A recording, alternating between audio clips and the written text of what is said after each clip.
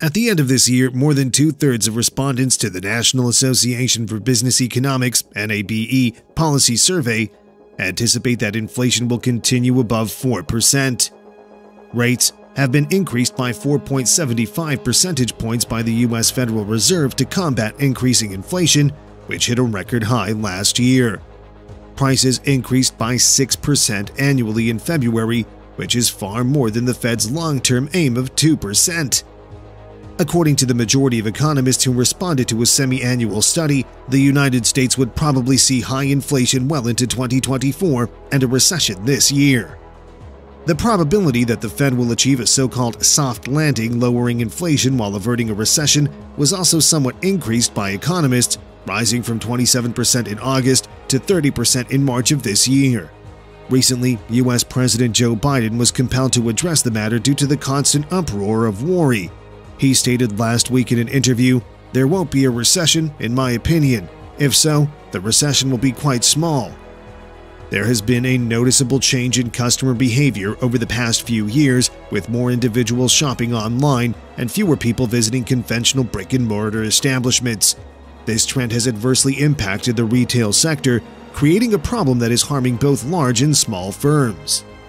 Walmart has reported a loss in foot traffic to its physical stores despite making significant investments in its e-commerce platform and providing clients with new online buying possibilities, forcing several store closures. In this period, we'll look at some of the most prominent players in the retail industry and how they've been affected by the changing retail landscape. But before we begin, please show us your support by liking this video and subscribing to our channel. Walmart, the biggest store in the world, has been affected by this dilemma.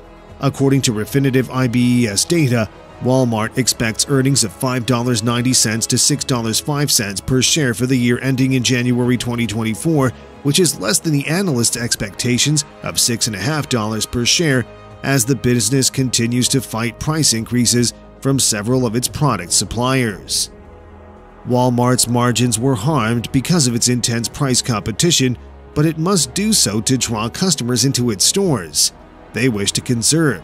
They desire the enticements of discounts which Walmart offers, claimed McNew, whose company owns around 350,000 Walmart shares.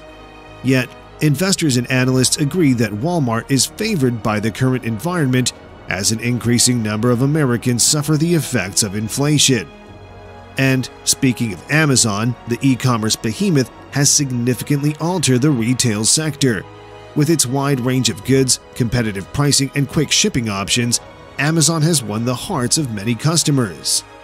Traditional merchants are under pressure to change or risk being left behind as a result. Yet, this is not where the narrative ends. Amazon CEO Jeff Bezos has joined his voice to the chorus of voices warning of trouble ahead for the U.S. economy because Amazon is also experiencing rising inflation. The billionaire claimed on social media that the economy was telling people to batten down the hatches. Popular department store chain Target has been impacted by the retail crisis as well. Target has made significant investments in its e-commerce platform to compete with Amazon and other online retailers, and it has had success with its same-day delivery service.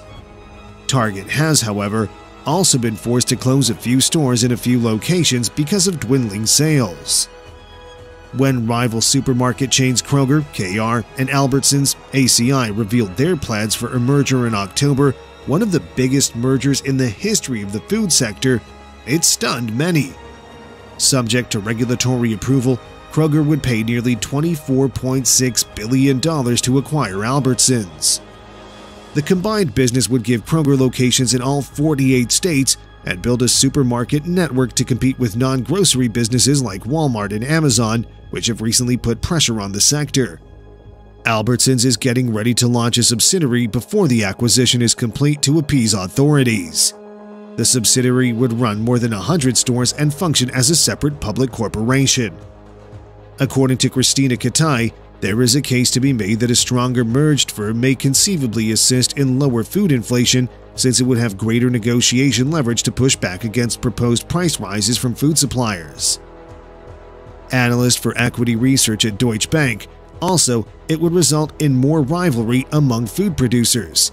This occurs at a time when customers are switching to private brands and looking for deals to ease the burden of rising food prices.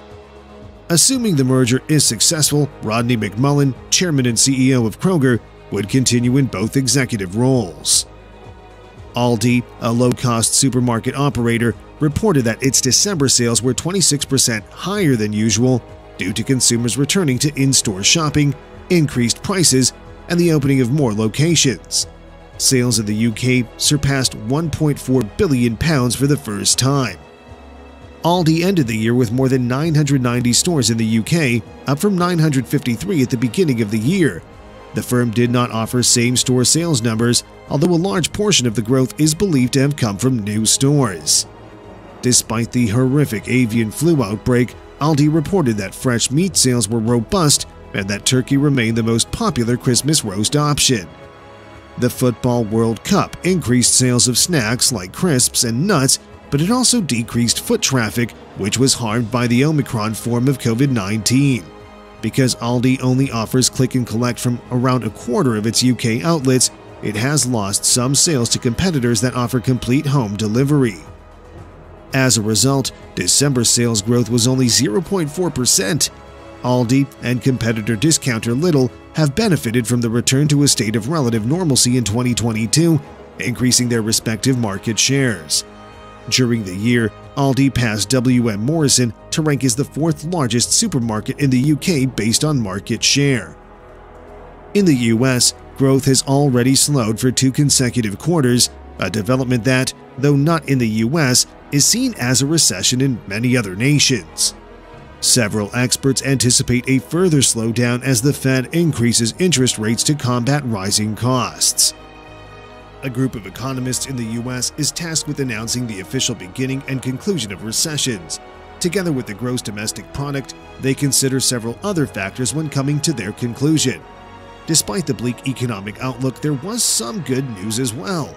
According to the NABE President Julia Coronado, only 5% of respondents thought the U.S. was now experiencing a recession, which is much less than the 19% in its previous economic poll. According to a statement from the organization, the poll, which was conducted between March 2nd and March 10th, summarized the responses of 217 NABE members. Here are just a few instances of how some of the major players in the sector have been impacted by the retail crisis. Smaller businesses who can adjust to the shifting market and provide a distinctive shopping experience for their clients have found opportunities as a result of the crisis. Join us in the next episode as we explore how the retail crisis has affected small businesses and what they're doing to survive in this challenging market.